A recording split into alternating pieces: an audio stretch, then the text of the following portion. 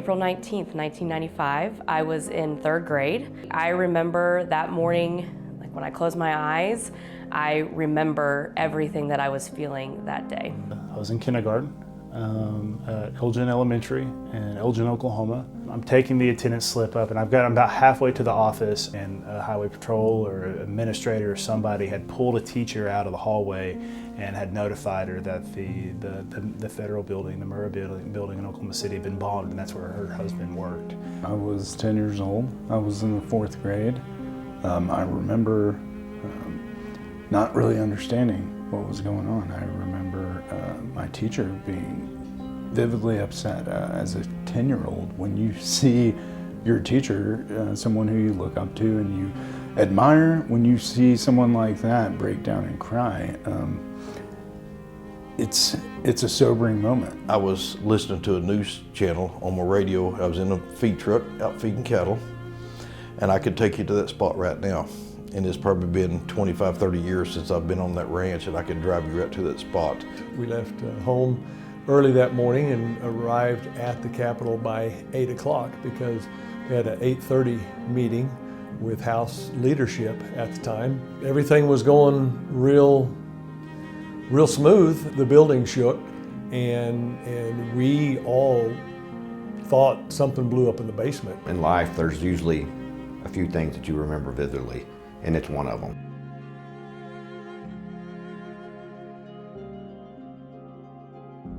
Well, what I was doing was I was on vacation.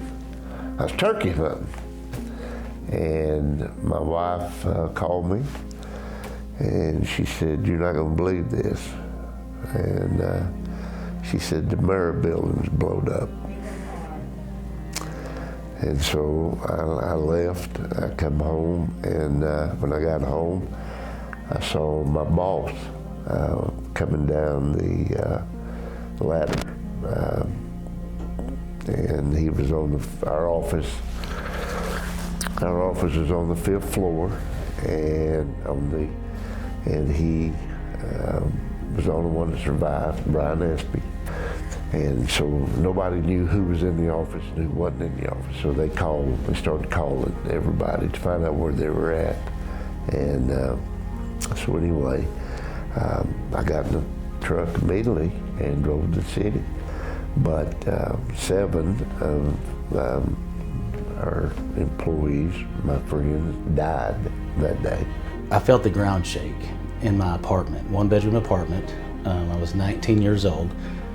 And immediately after that, our phone rang and said, "Get down to base." So we went down to base, and they said there was an explosion downtown and they needed volunteers. As a scared kid, and that's what I was a scared kid at the time that thought I was tough, and quickly realized I wasn't as tough as I thought I was. So none of us had really been to a huge incident. We've been to some pretty big ones in town, but nothing on a statewide basis or something got national attention. So when that happened, it kind of brought all that home. It changed our entire emergency response system on the fire and the police department. And actually, I think it brought those two divisions closer together. The people that were in the building, the people that got up that morning, got their children ready, that were staying in the daycare, went to work, had no clue that was going to be the last time they left their home. My description of it is I put it in a box over here and I leave it there. You don't dwell on those things, because if you dwell on them, eventually they will consume you. It's everybody's story, and it's about how it affected everyone in the whole state of Oklahoma. A couple days after, it really started raining pretty hard, and they were still trying to search. And so my family, we wanted to do something, and I was only in 7th grade, but I remember telling my mom, "We need to do something to help. We've got to do something." And so we went to the store and bought as many rain jackets as we could find. But when we got there, we sat in line for 2.5 hours because there were that many people that wanted to donate and be a part of the help. And that's just, we all did whatever we could with whatever we had to make it better. Everyone who could volunteer went to volunteer. And you could just absolutely feel the spirit of all of the overwhelming love of everyone. And I think that is, honest to goodness, what makes us so strong as a state. And it doesn't matter what race, what denomination you are, what political affiliation you are, we stick together. And we're Oklahomans, and we're Oklahomans first. My wife was working at the time and going to school, and she knew several officers from work, and the bombing inspired her to become an Oklahoma City police officer. Now she's been here 26, 27 years, a captain with the department. So I guess I wouldn't have met my wife if I had my two great daughters, who my youngest daughter's actually working at the Bomb Memorial right now. Fast forward to 2016, I was campaigning for my first election. I knocked on the door of a constituent who told me his name was Colton. After getting to know him a little bit, he told me that he was named after one of the 19 children that died in the bombing, named Colton Lucas. You know, it's been a long time, but it, in some respects, still feels like yesterday.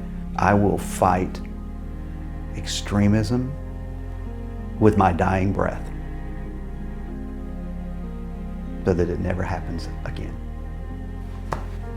I've kind of made it my mission while I'm a state representative to never let the Murrah bombing, never let it go untold. We bottled those emotions, those initial emotions, and came out of that much stronger as a state, much stronger as a people. If you've ever seen evil, it was him. I don't want evil to win out. I want good to win.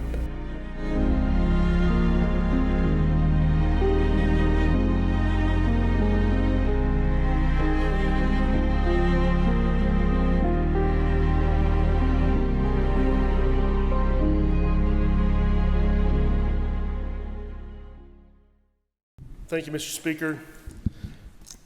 Members, it is a distinct honor and privilege to introduce you the guest speaker for today, Charlie Hanger. Charlie has decades of law enforcement experience, starting as a dispatcher for Troop K in Pawnee in 1972.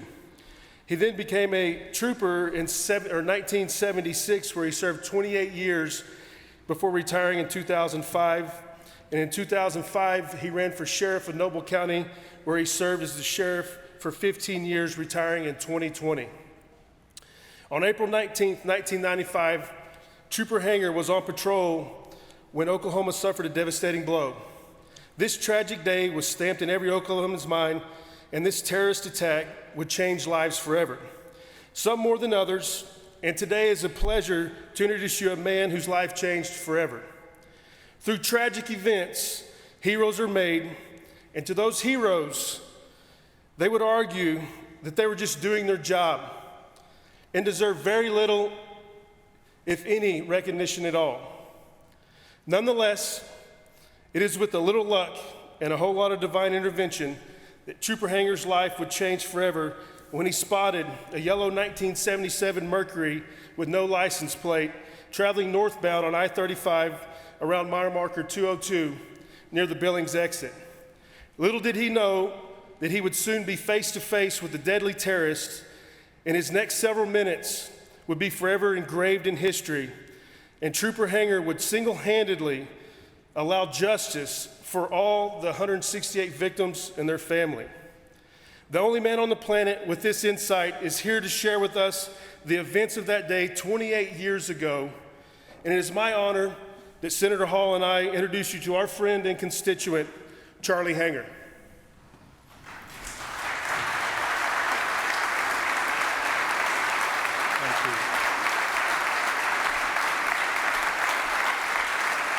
Thank you. It is an honor to be here today. Also with me, I have my wife, Beverly, here to the left. In the galley, in the south galley, I have my family, both of my daughters, Lisa, Paul, Jennifer Williams, her husband Ben, my granddaughter Emma, and my grandson Preston are here as well. Pleased to have them with us. You want to stand?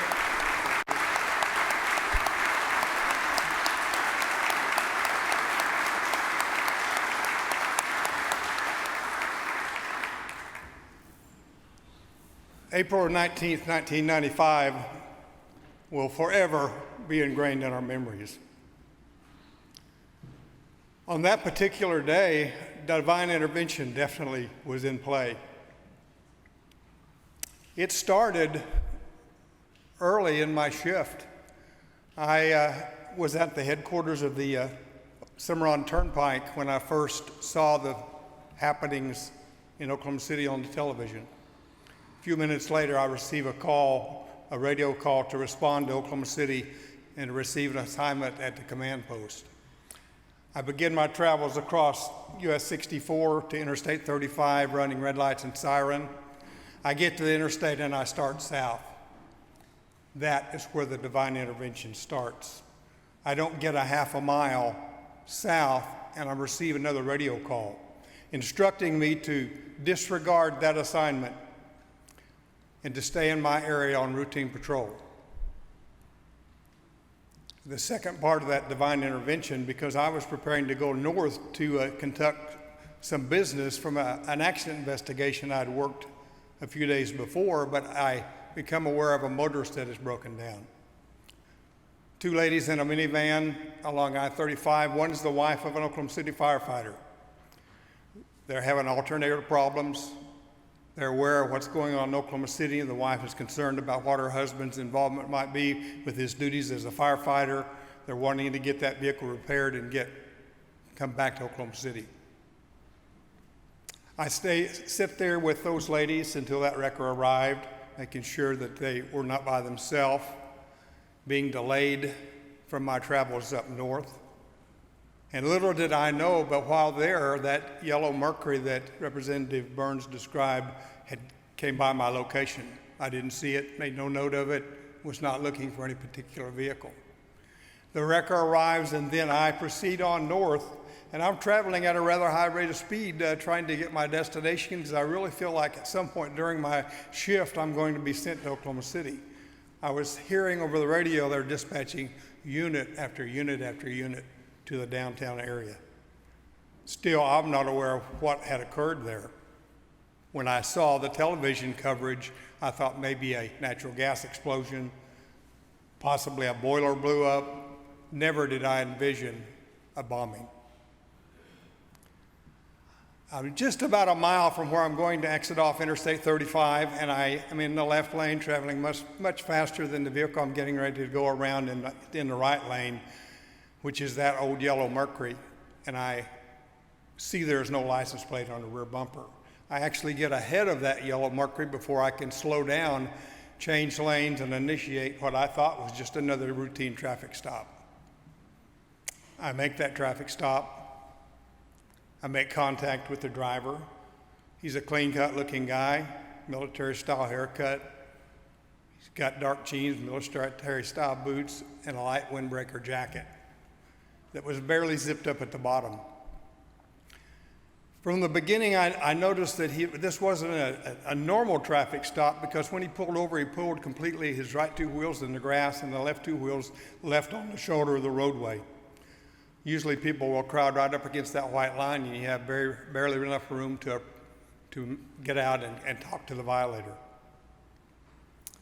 And when I'm standing behind my door, because I was trained differently than officers are today, I didn't walk up on that violator up to the driver's door. I stood back behind my own door of that patrol car for cover in the event of a violent confrontation. I asked the driver to get out, yelled to him to get out. He opens the door, but didn't immediately step out. I asked him again to get out. He turns around and he opens the door, turns around, sits on the edge of his seat, and he's looking away from me, not back toward me. So I'm wondering what he's doing. Again, I yell for him to get out, and he finally stands up, gets out, starts walking toward me. I see his hands are free. He doesn't have anything that is a threat. I step from behind my open door, and I'm talking to him and telling him why I stopped him. I've informed him that I've stopped him because he doesn't have a license plate on his rear bumper. He immediately looks to that rear bumper and immediately looks back at me and says, "Oh, I knew I didn't have a tag. I've recently bought this, and I haven't had time to get one." Well, because troopers and other law enforcement officers are taught to read nonverbal communications, body language, I thought it was odd to me that if he knew he didn't have it, why did he look? And so I've been questioning him, do you have a bill of sale for the car? No, I don't. He said the salesman is still filling it out. I said, how long does it take to fill out a bill of sale? I said, do you have insurance for your automobile? Proof of insurance? No, I don't. Do you have a driver's license? And he says, yes. Goes to his right rear pocket and gets his billfold, and while he does that, it tightens that jacket up on the right side, and I see a bulge under that jacket that appears to be a weapon. He produces a driver's license. The picture on the driver's license looks like the individual I'm talking to. I take that license, I stick it in my gun belt, and I instruct him. I say, I want you to take both hands and slowly unzip that jacket. Slowly pull it back because I want to look under it. He's been very compliant. He unzips the jacket. He starts to pull it back, and he says, I have a weapon. I immediately telling him to get his hands up, turn around. I'm spinning him around. I drew my weapon and stuck it to the back of his head and asked him to walk to the trunk of his car so I can finish searching him. We get about halfway to the trunk of his car, and he makes a statement that I think he's trying to intimidate me. He says, my weapon is loaded. I have my weapon stuck, the barrel of my weapon stuck to the back of his head, and I nudged him a little bit, and I said, well, my weapon is loaded as well. And we continued our walk. Get up there and put him out on the trunk, search him, pull his jacket back. I can see a Glock, semi-automatic pistol and a shoulder holster. And at that point, I don't think he was trying to intimidate me with that statement. I believe he was afraid that I was going to accidentally discharge his weapon, because as we were walking, I had a death grip on the outside of his jacket and a hold of that pistol, and I believe he thought I was going to blow his arm off if I accidentally pulled that trigger. He's taken into custody, no problem. He ends up in the Noble County Jail. He's there for 2 days. That divine intervention is continuing. The next day, when he would normally saw the judge, was a Thursday. The judge was tied up in a divorce case. He saw no new inmates that whole day. The next day on Friday morning, when his court was to start early, or usually around 9 a.m., the judge had a delay. His son was going to a band function in Stillwater and missed the bus, and the judge had to take him over there, thus delaying court, allowing this individual who had committed such a heinous crime that we were unaware of at the time to still be in custody. Later that morning, it was the FBI had named him as a suspect, had found out that he was in the Noble County Jail. They found that out because I had ran his name through NCIC, the National Crime Information Center in Oklahoma City, or in Washington, D.C., and called my headquarters until they found out who had made the arrest, and they thus found out he was still in the Noble County Jail, about to be released. He was going before the judge at that very time. A hold was placed on him. He was taken into federal custody. You know, I never wanted that arrest to be about me. I wanted it to be an example of what law enforcement does every day. Troopers go out and make stops day in, day out. All of us call them routine. I used to call them routine when I was working. But I know after that particular stop, I knew that no traffic stop was ever routine. Officers everywhere, whomever they work for, large communities, sheriff's departments, large cities, or the Oklahoma Highway Patrol, or other state agencies, are out there as our first line of defense each and every day. And I think we owe them a big applause.